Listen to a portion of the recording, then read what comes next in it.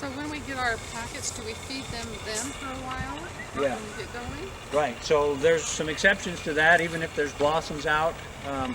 When you catch a swarm, they're starting from scratch, right? They don't have anything, they've left everything. Or when you're buying a package of bees, they don't have any comb, they don't have any reserves.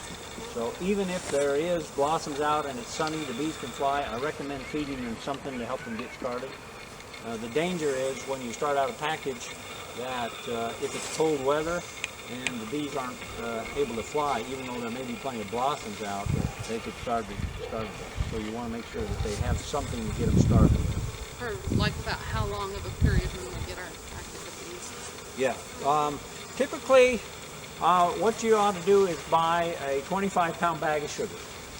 You get it on sale, it should cost you around $10, and that'll make up 3 feedings, right? If you put a gallon in at a time, and they'll pick that up in maybe 3, 4, 5 days. And so as soon as they've consumed it all, then put more in. Are they consuming it, or are they putting it in the cells too? They'll do both. They'll store it, and they need to consume sugar or honey or syrup, whatever you give them, to make wax.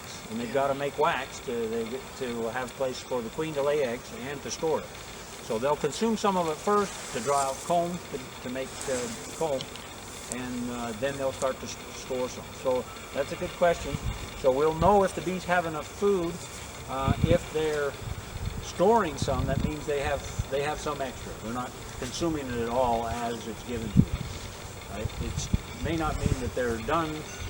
If they have some capped over, we'll show you what capped over honey looks like. If they're starting to cap it over, that means they're storing it, they have plenty.